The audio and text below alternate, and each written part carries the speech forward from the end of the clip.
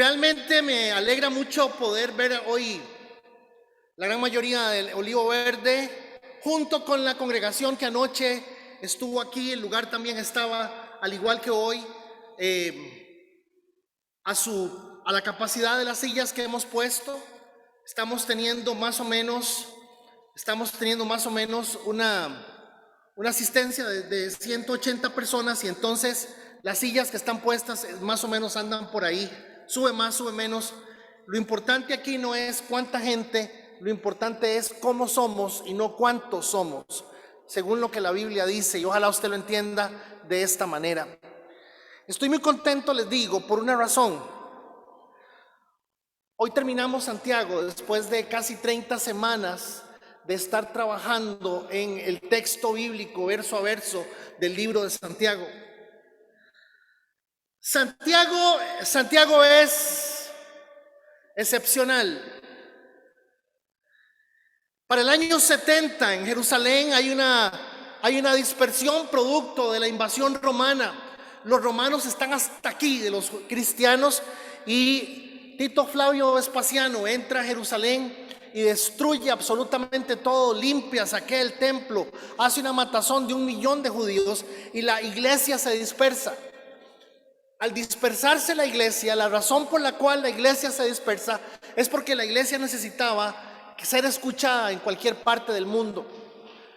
Si la iglesia se quedaba fija en Jerusalén, se quedaba simplemente ahí, no iba a suceder lo que Dios esperaba que sucediera. Y era muy importante que se lograra entender que la iglesia necesitaba salir. El día de Pentecostés, el día de Hechos 2, lo que sucede en Pentecostés no es un asunto para que nosotros sigamos tratando de ver si vamos a poder provocar lenguas o provocar aquí temblores o terremotos. No, lo que Dios estaba mostrando el día de Pentecostés, entre otras cosas, era que la palabra de Dios iba a ser difundida para todo el mundo. Santiago se preocupa por los cristianos y por la gente. Santiago se preocupa por los cristianos que pertenecían a la iglesia y quedaron dispersos en la zona de Asia Menor. Y Santiago sabe que esa gente está sufriendo. Toda la carta de Santiago está dirigida a gente madura. Toda la carta de Santiago está dirigida a gente que tiene claro quién es el Señor Jesús. La carta de Santiago es una carta que, si bien es cierto, Santiago dice carta del apóstol Santiago, pero Santiago no fue apóstol. Santiago era el hermano de Jesús, el segundo hermano de Jesús, que no creía en Jesús. Dice la Biblia que los hermanos de Jesús se burlaban de él y le decían cosas feas. Y le decían: vaya, hágase un milagrito, ahí viene la entrada de los santos. Ahí está la gente así: hágase un milagrito, vaya, para que lo vean. Manifiesta tus poderes. Leer a Santiago es leer a cualquiera de nosotros incrédulo en muchos sentidos. Pero finalmente una de las cosas interesantes de la resurrección de Cristo es que el Señor se le aparece personalmente a él y le dice: di ahí, mi hermanillo, ¿cómo vas? Y seguramente eso lo volcó, lo mató y lo puso patas arriba. Escúcheme, Jesús personalmente se le aparece a Santiago, y quién sabe qué le dijo. Pero sea lo que le haya dicho, Santiago asume que lo que está pasando en el mundo tiene que ver con ellos, el mundo.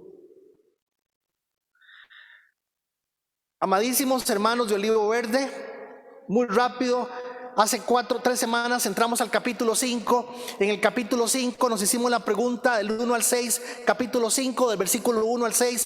Dijimos: ¿quién es rico? Y la pregunta que Santiago estaba tratando de hacer era directa, era una pregunta. Santiago hacía una afirmación y Santiago decía: ¿quién es rico? que los ricos de este mundo se pellizquen porque lo que tienen para nada les va a servir. Y el texto que de alguna forma me parece a mí que nos llamó la atención a muchos y también es un texto muy relevante en el capítulo 5, es el verso 3 que dice: se han oxidado su oro y su dinero, ese óxido dará testimonio contra ustedes y consumirá como fuego sus cuerpos. Han amontonado riquezas y eso que estamos en los últimos tiempos. Santiago le dice a los ricos: gente, rico para ustedes es el que tiene más que cada uno de ustedes. ¿Me doy a entender? Sí. Si usted anda a pie y aquel anda en carro, pues seguramente para usted, seguramente, escúcheme, seguramente para usted, pues entonces el que anda en carro, con relación a usted que anda a pie, pues es el que tiene más plata el que te anda en carro.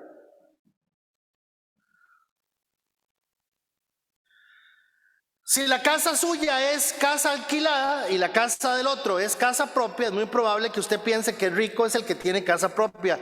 Para Dios no hay rico por posesión, sino rico por necesidad. La palabra de Dios dice que rico es el que depende de sus riquezas.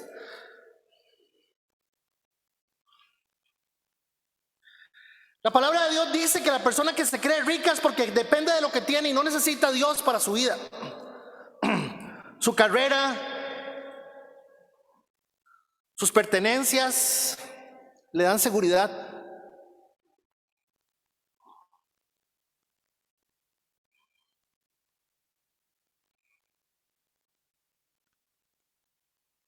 La palabra de Dios dice que la gente rica tenga mucho alquilado, prestado, no tenga ni papa. La gente rica depende de lo que tiene o de lo que es. Y entonces Santiago les dice: ustedes se van a morir con lo que piensan que tienen. Lo que tienen ahí se les quedará. Y esa forma en que Santiago lo aborda es verdaderamente de frente y con el puño cerrado. Eso fue lo que vimos en eso. Luego pasamos en el capítulo 5, versículo 7, y en el versículo 7 Santiago retoma un tema y nuevamente le está diciendo a la gente que está dispersa, a los hermanos que fueron expulsados de Jerusalén, que están en las iglesias, que están buscando trabajo allá en otro lugar y que los explotan, un montón de cosas así. Les dicen: aprendan a sufrir porque el sufrimiento es real en cada uno de nosotros. Cuando llegamos a esta parte, cuando llegamos aquí, hermanos, dijimos que la gente no sabe sufrir. Nosotros no sabemos sufrir. Ninguno de nosotros nace sabiendo sufrir. Tenemos que aprender a sufrir. Debemos de aprender a sufrir. Necesitamos aprender a sufrir. El problema es que la mayoría de nosotros evita sufrir. No queremos que la gente sufra, no queremos que nuestros hijos sufran. Si nosotros hubiésemos dejado, yo me incluyo primero, que nuestros hijos sufrieran un poquito de al menos las cosas que nosotros hemos sufrido, muchos de nuestros hijos tendrían otro interés por Dios diferente al que tienen ahora, técnicamente nulo. Somos nosotros, los papás y las mamás, quienes hacemos que nuestros hijos no les interese Dios. Nuestros hijos son ateos, hermanos. Creen en ellos, creen en usted, creen en sus papás y creen que el Dios que sus papás siguen, de ahí es que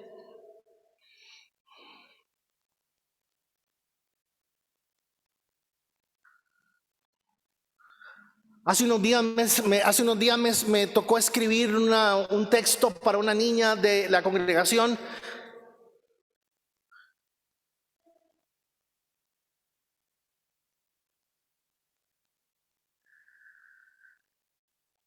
Para su convivencia.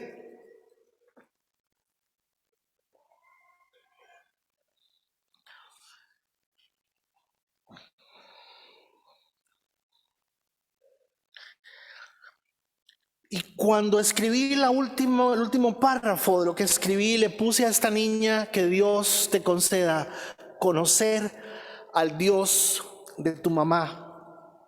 Porque siempre que Dios se le apareció a los patriarcas, les dijo: yo soy el Dios de tus papás. ¡Wow! Yo soy el Dios de tus papás. Y si eso no nos hace pensar, en algunos casos en mi casa o en la casa de alguno de ustedes, Dios se le aparece a decir: yo soy el Dios de la abuelita suya, que viera cómo oraba por usted. Sí.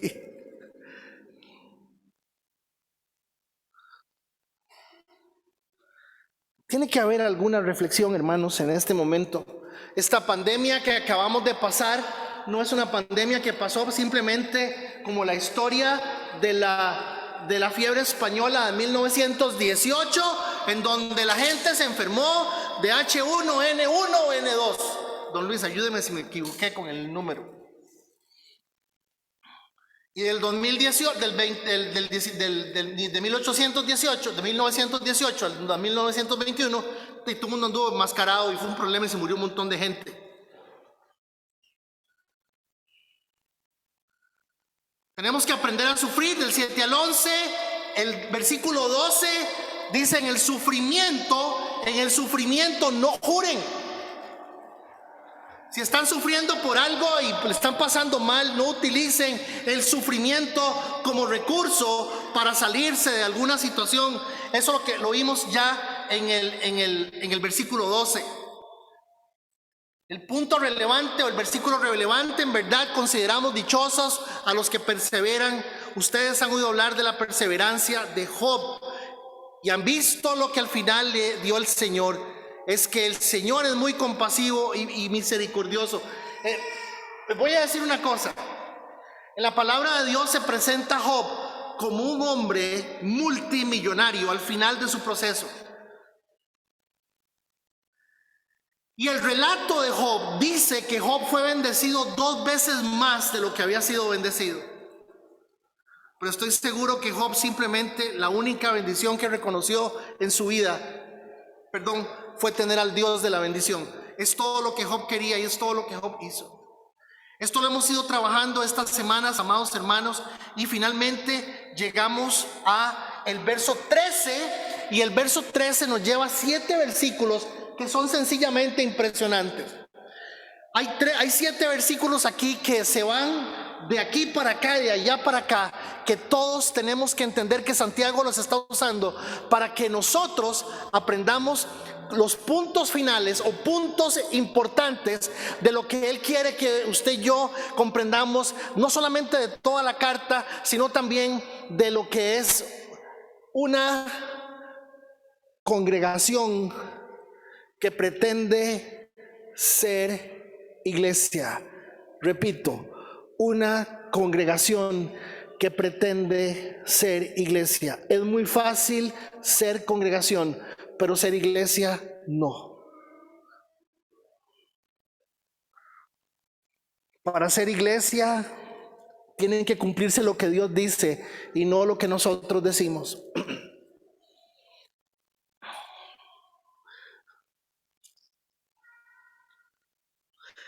Quien ha trabajado con Ernesto Escalona sabe que Ernesto es bien particular. Bien particular.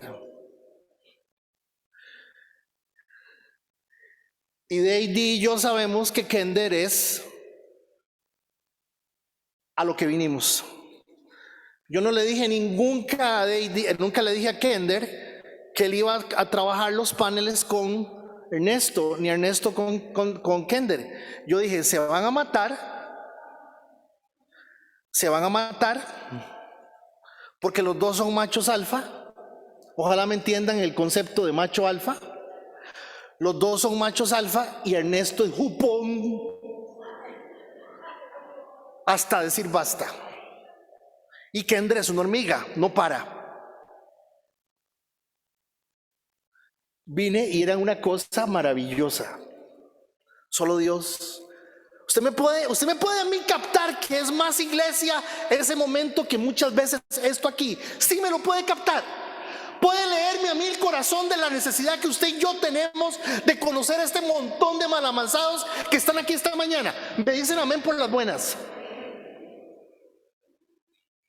No se es iglesia asistiendo a un culto. No se es iglesia asistiendo a un culto. Hay que conocer a los que me caen mal, a los que no me aguanto, a los que huelen feo.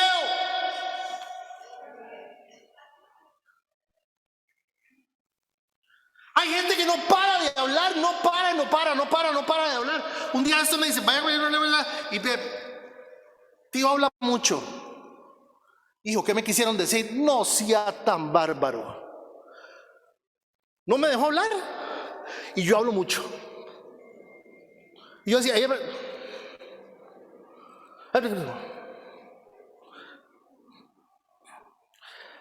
entrar al versículo 5, al capítulo 13, al versículo 13 al 20, el 13 introduce muy sencillo. El 13 se introduce de una forma sencilla y nos dice lo que originalmente estábamos hablando. Y está hablando, claro, le está hablando a la gente que está en Asia Menor, que está buscando trabajo, que son la iglesia del Señor, están por todas partes o ya se han conformado en congregaciones y les están diciendo, si usted está afligido, alguno de ustedes ore.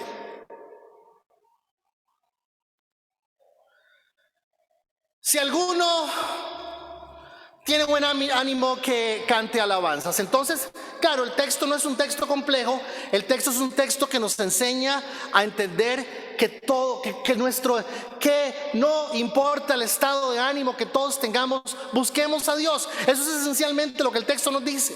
Lo que el texto nos está diciendo, simplemente la aflicción es la segunda etapa emocional de un proceso. Una persona afligida es porque tiene un pensamiento que le produce esa aflicción. Eso es lo que dice la persona que está afligida.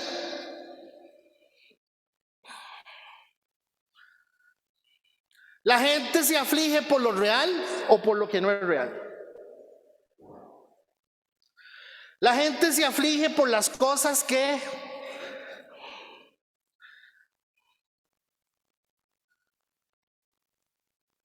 el viernes en la noche, eran como las 8 de la noche. Alex, subí un toquecito porque si empieza a llover, sí me... Volumen, nada más. El viernes en la noche me entra un mensaje de texto y me dice, don Federico, yo me llamo fulano de tal y soy profesor del colegio de su hijo.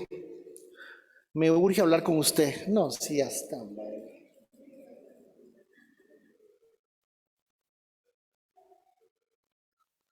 Y agarro el teléfono y empiezo a marcarle por todo lado y no me contesta. Le paso mensajes, le vuelvo a llamar, le vuelvo a pasar el mensaje y no me contesta. A los 10 minutos del mensaje ya me había comido todas las uñas. No sabía yo si irme a tomar un poco de aquella cosa, ¿cómo era que se llamaba? Espíritu de azar. O ir a asesinar al chiquito por cualquier cosa. Como mi tata, ¿verdad? Que llegaba y me decía, pa, le digo, pero ¿por qué me está pegando? Le digo, pues uno no sabe qué va a hacer. Uno no sabe si se va a portar bien. Y en efecto, finalmente me dice, perdón, es que estaba manejando yo rumbo a mi casa y entonces no podía contestarle. Qué bárbaro. En efecto, había pasado una situación con un trabajo. Hermanos, la aflicción se lleva a cualquiera. La aflicción se lleva a cualquiera. La aflicción es muy peligrosa. La ansiedad es muy peligrosa. Y este texto bíblico que dice que si usted tiene aflicción, que ore, se ve muy sencillo, pero realmente es un honor y un privilegio poder invocar a Dios en un momento de ansiedad, en un momento de aflicción. Es un privilegio.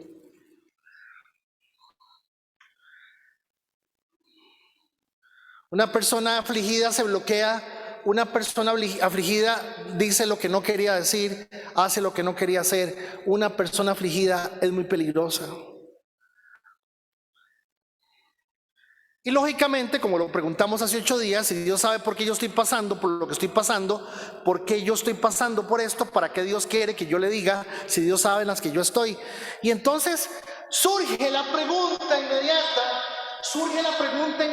atención, surge la pregunta, ¿por qué razón yo tengo que contarle a Dios lo que Dios ya sabe de mí? Y lógicamente, fíjense que al decir oración, Dios quiere que usted verbalice. Orar es que usted verbalice, que usted diga, que usted le hable a Dios, y usted le diga a Dios, Dios,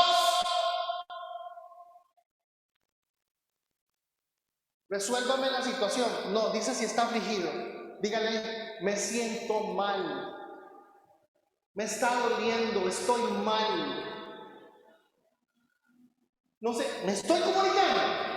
El texto no está diciendo que Dios te va a resolver el problema. No te está diciendo eso. El texto te está diciendo que Dios te va a ayudar con la aflicción. Y claro, lógicamente, ¿por qué Dios quiere que le digamos? Para ver de quién estamos dependiendo nosotros. Porque nosotros somos pura religión. En la iglesia cantamos y hacemos y pero en los momentos de crisis es donde se ve la madera de la que estamos hechos todos.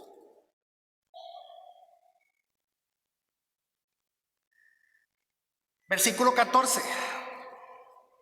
¿Está enfermo alguno entre ustedes? Dice el versículo 14. ¿Está enfermo alguno entre ustedes? Haga llamar a los ancianos de la iglesia para que oren por él y lo unjan con aceite. En el nombre del Señor. John Stott, ¿saben quién es John Stott? Es un señor, un hombre mayor, ya falleció, muy mayor. John Stott dice que esta oración a la cual están llamando, a la cual le están diciendo si está enfermo alguno de ustedes, es una oración del corazón.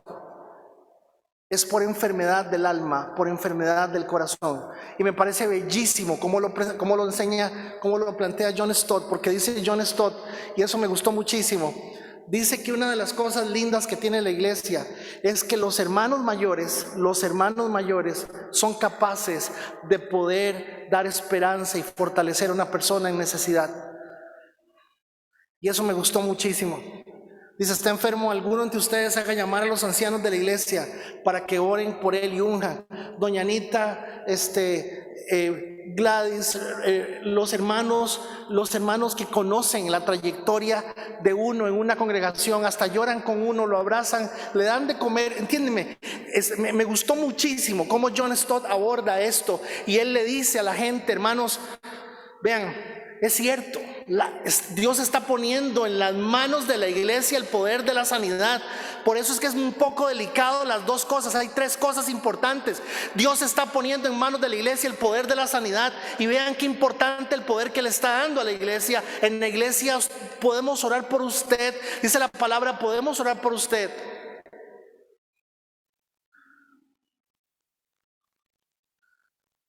Hoy se habla del ministerio de sanidad y milagros del apóstol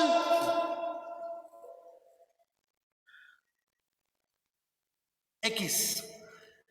Y si usted hoy entra a Facebook, se va a encontrar donde dice, esta noche campaña de sanidad y milagros con el apóstol Alex Álvarez.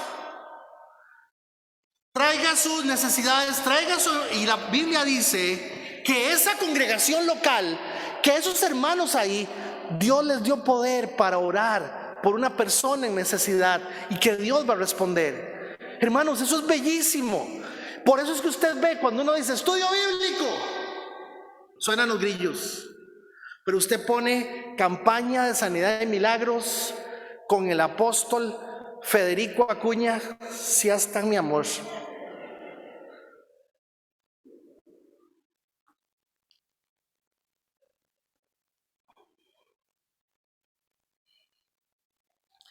La segunda cosa que está diciendo Santiago ahí,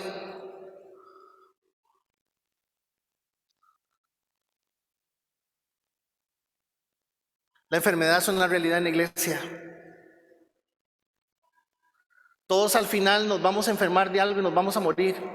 Todos. Si Dios sanara a toda la gente por la cual oramos, el mundo ya no cabría la gente. ¿Por qué se muere la gente? Porque tiene que morirse. Muy feo. Sí.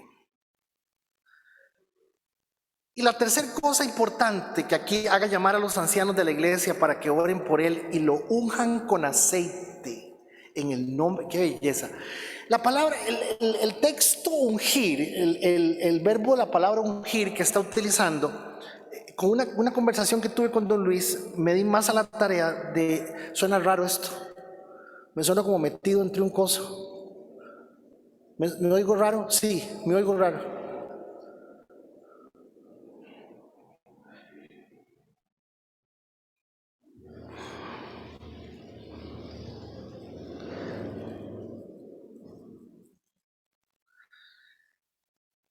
Es interesantísimo porque esta práctica de ungir a un enfermo es una práctica inclusive que se ha dado desde el punto de vista donde se tiene que derramar aceite, derramar aceite en una persona como si fuese una ceremonia de escogencia.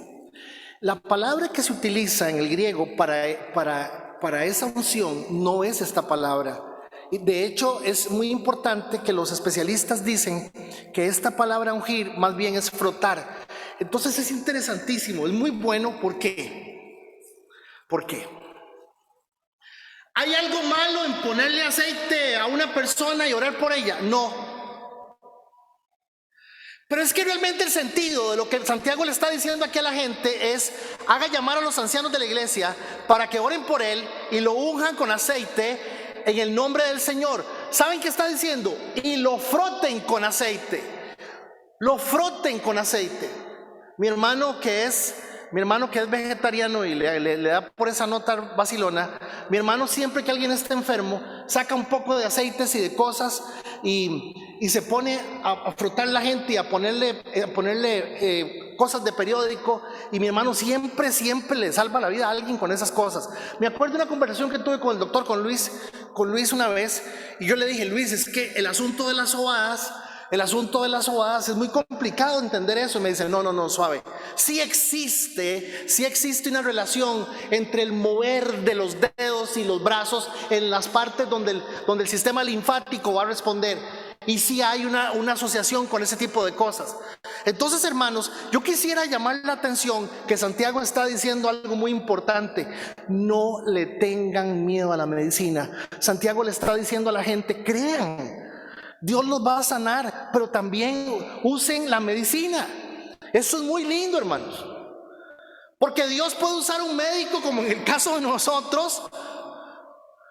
A mí me preguntan: ¿qué es que le está pasando algo? De que se tome algo por alguna cosa, pero no, es que yo no tomo pastillas porque yo no tomo. No. Dice la Biblia que la persona podría considerar la oportunidad de usar algo. Dios no está en contra de la medicina. Este término ungir no tiene nada que ver con el término de la ceremonia de ungimiento. Perdón, si vamos a orar por un enfermo y le echamos aceite para ungirlo, ¿está mal? No, pero qué bueno le haría que en esa unción, que en esa frotación se haga en el nombre del Señor. Me parece bellísimo. Dice: la oración de fe sanará al enfermo y el Señor lo levantará, y si ha pecado, su pecado se le perdonará. Ok, en estos 5 minutos que me quedan, aquí viene Santiago e introduce el tema del pecado, y lo introduce de una manera genial. Claro, es el Espíritu Santo.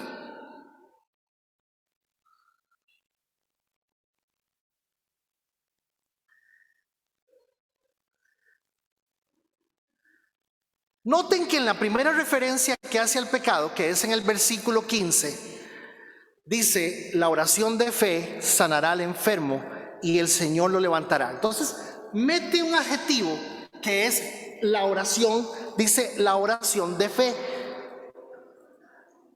Esa oración de fe, yo estoy viendo una pantalla aquí, la oración de fe, ¿qué es? Porque todos oramos. Bueno, dice que esa oración de fe sanará al enfermo y el Señor lo va a levantar. Y si ha pecado, su pecado se le perdonará. Qué interesante. Claro, estamos ante algo, hermanos, estamos ante una iglesia donde los hermanos y las hermanas están sometidas a Dios y a su palabra, creen las cosas.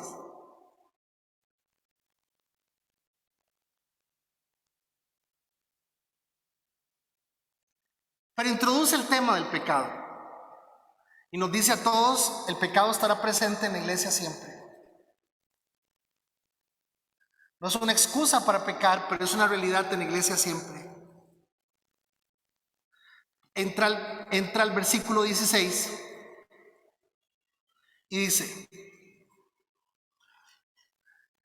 por eso confesémonos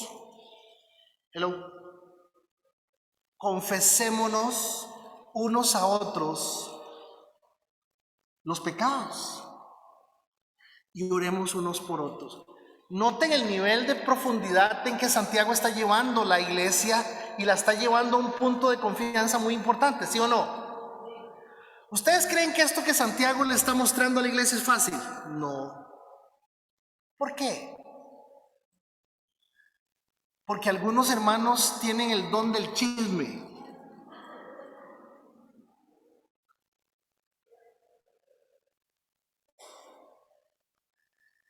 Y si típicamente yo soy ese hermano y don Manuel se me acerca a mí y me cuenta, y yo: no, usted la viera la que le tengo de Manuel, no friegue. Quien lo vea a Manuel, vean, hermanos, hay mucha diferencia entre una congregación y una iglesia. La iglesia se fundamenta en relaciones, en gente que se conoce, en gente que es capaz de estar a la par de otra persona. Y yo les digo, yo le doy gracias a Dios. Miren, ahí están los paneles hechos, gloria a Dios, pero el hecho de poder trabajar a Kendall con Ernesto, no se conocían, se han visto aquí, porque aquí todos nos hemos visto, todos nos conocemos la nuca, hermanos. Miren qué nucas más lindas tenemos todos. Me dicen amén por las buenas, por favor.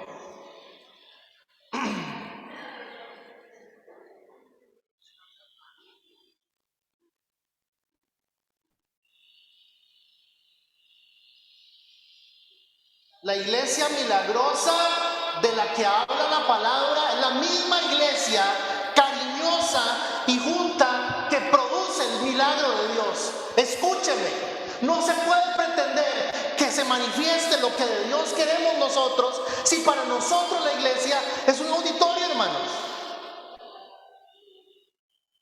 Hermanos, yo no puedo llenarlos a ustedes de actividades el lunes. Lunes, reunión de doñas, para ver si se conocen. Martes, reunión de adulto mayor, para ver si se conocen. Miércoles, reunión. Así lo hicimos, ya lo hicimos.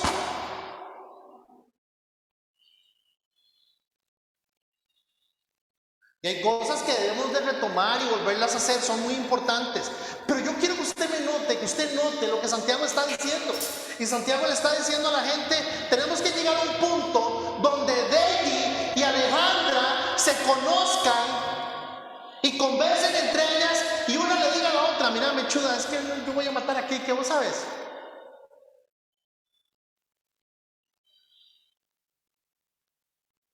El tema de la iglesia es un tema que es muy sensible.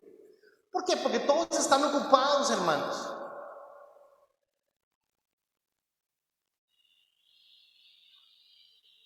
Olivo Verde es como el resultado de lo que pasa después de los años. La gente ya no quiere más actividades. Y yo lo entiendo, yo tampoco.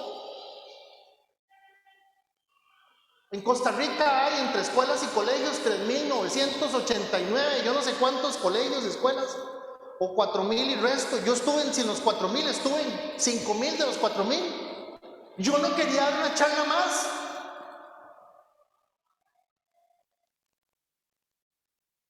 La gente se cansa de lo mismo si el Espíritu Santo no está. Y la Biblia dice que el Espíritu Santo está cuando la gente abre su corazón y empieza a hablar y a decir y empieza a conocerse, hermanos.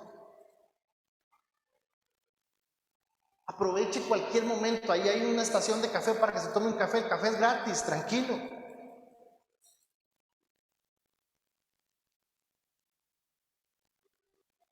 Noten que inmediatamente dice: confiesen los pecados unos a otros para que vayan y se los cuenten a los demás. No. Dice: para que oren unos por otros, para que sean sanados. Entonces noten que lo primero que dice es que la sanidad del corazón y del pecado viene por el hecho de que los hermanos mayores de la iglesia se acerquen y hagan iglesia con una persona en necesidad. Amén. Número 2, dice que la iglesia desarrolla la capacidad de poderse conocer y tratar a la gente y poder compartir cosas. Mire, yo prefiero que me digan Fede, que me digan pastor. Es más, hasta le agradezco, a veces me dicen gordo. Qué irrespeto, ¿verdad? Qué bárbaro. Porque me llamó alguien, una persona me llamó hace un tiempo y me dice, gordo, ¿lo que fue? Mira la torta que me jalé, gordo. Gordo, ¿usted está en su casa? Le digo, no, no estoy en la casa. Ay, gordo, vea, usted puede.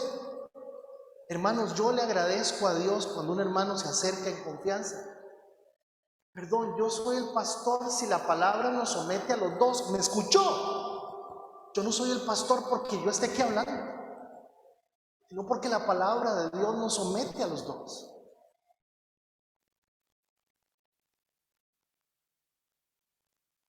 Ay, que me vayan a decir gordo.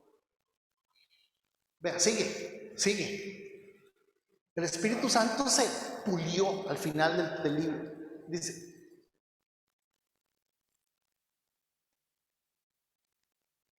¿quién puede orar? ¿Cómo yo voy a orar por Manuel si yo le cuento a Manuel mis pecados? Manuel no vuelve a San Ramón, es de la abuela.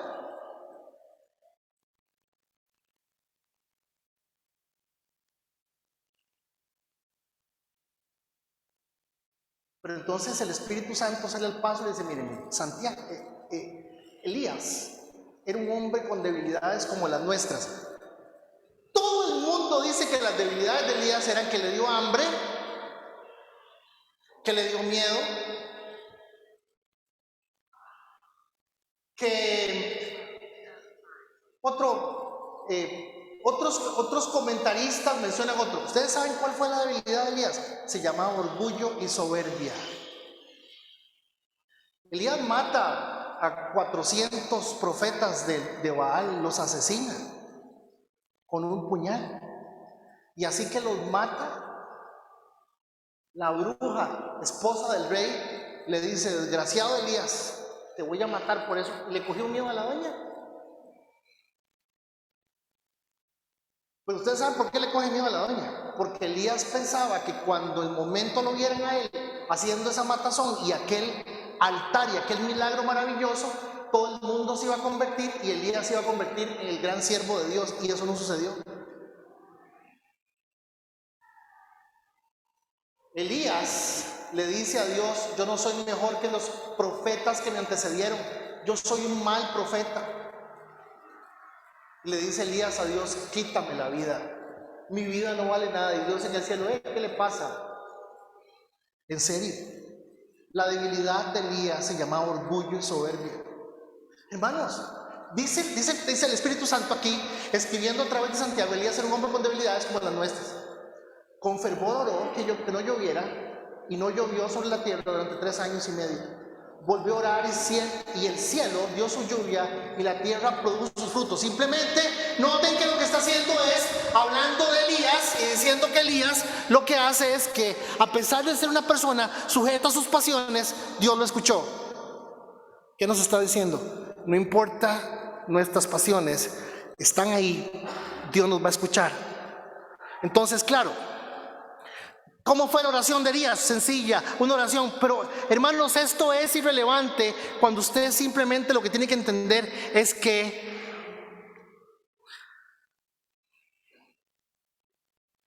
ni el pecado debe ser causa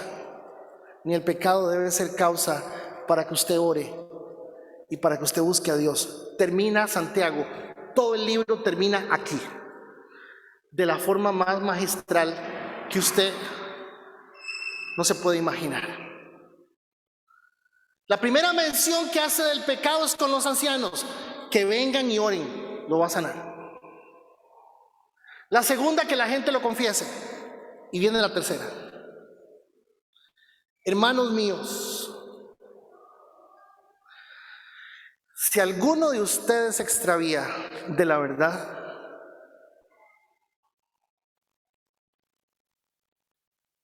A ver, Pablo, hazme un favor, ponete de pie. Ponete de pie. No, Manuel, póngase de pie, por favor. A ver, vamos despacio con este texto porque es un texto que se las trae. Pero es el cierre del libro. Esto fue lo último que el Espíritu Santo quiso decir. Ahora, que el 19 y el 20 quedaron juntos para cerrar el libro, olvídese de eso no es importante. Lo que importa es esto. Si usted no le va a hacer frente al pecado ante la congregación, con la congregación, con la iglesia, haciendo que la iglesia sea iglesia, hágale frente al pecado suyo, confesándolo con sus hermanos y hermanas. Y dice así: hermanos míos, si alguno de ustedes se extravía, está hablando a Pablo. Pablo, si usted se extravía de la verdad, y otro, aquí está el otro, este se llama Manuel y Pablo. Ese otro que está ahí, es Manuel, lo hace volver a ella.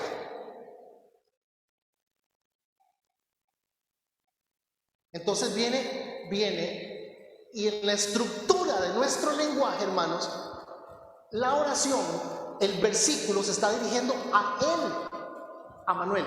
Dice: recuerden que quien hace volver a un pecador, ¿quién es el pecador? Pablo. Perdón, él se llama Pablo, no es que Pablo por la Biblia, no, él se llama Pablo. Recuerden que quien hace volver a un pecador de su extravío, lo salvará de la muerte. ¿A quién? A Pablo. Y cubrirá muchísimos pecados. ¿Quién? Manuel. ¿Lo está viendo? En la primera iglesia,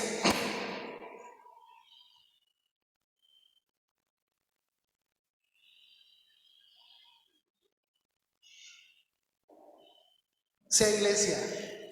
En la iglesia de sanidad y perdón hay que ser iglesia. Viene la segunda y nos dice a todos: Meli, conozca a China, se van a encontrar en un supermercado, Meli.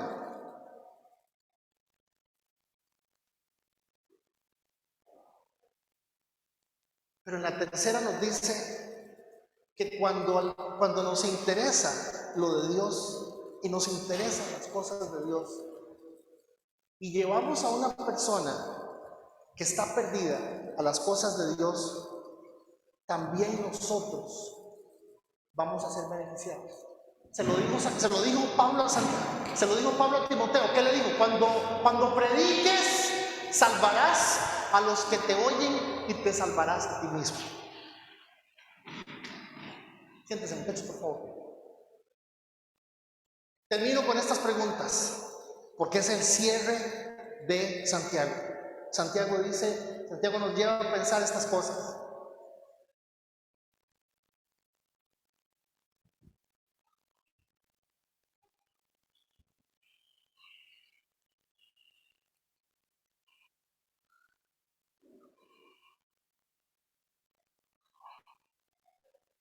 Qué fácil es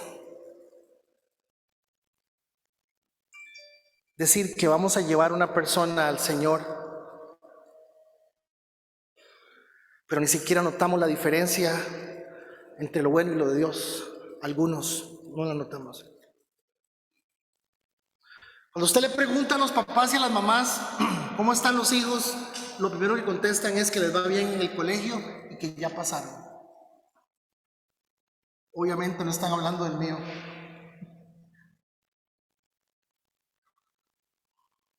Primera pregunta: ¿usted sabe diferenciar entre lo de Dios y lo bueno? Segunda pregunta: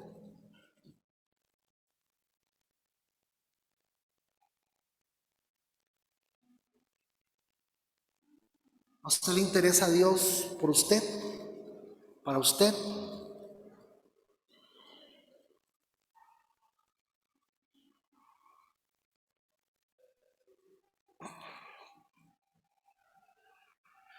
La palabra mae es una palabra muy vacilona. Mae, mae en Costa Rica significa mae. Mae es mae. Y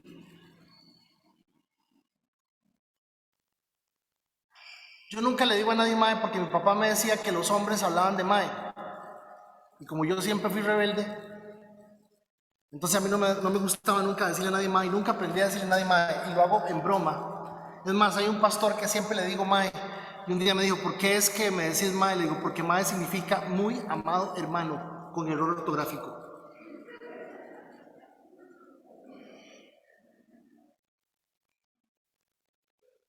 Hermanos, cuando yo oigo hablar los cristianos, que somos bien fáciles para hablar, ligeros para decir las cosas, y que somos rapidísimos para decirle mae a cualquiera en cualquier momento, es interesante cómo nos identificamos. La palabra mae tiene una connotación muy interesante y es esta.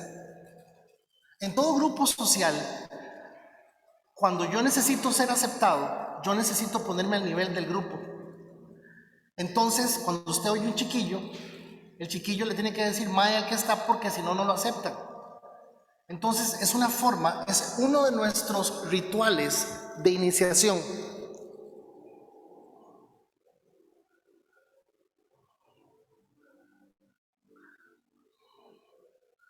Yo también digo malas palabras, a mí también se me salen palabrotas, pero es impresionante ver cómo nosotros los cristianos,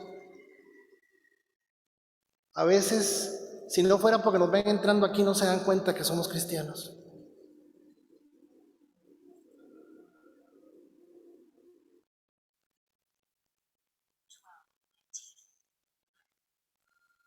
Hermanos,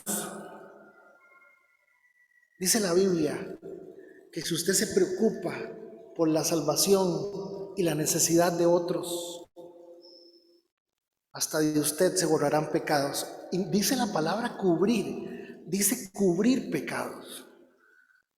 Esa palabra cubrirme,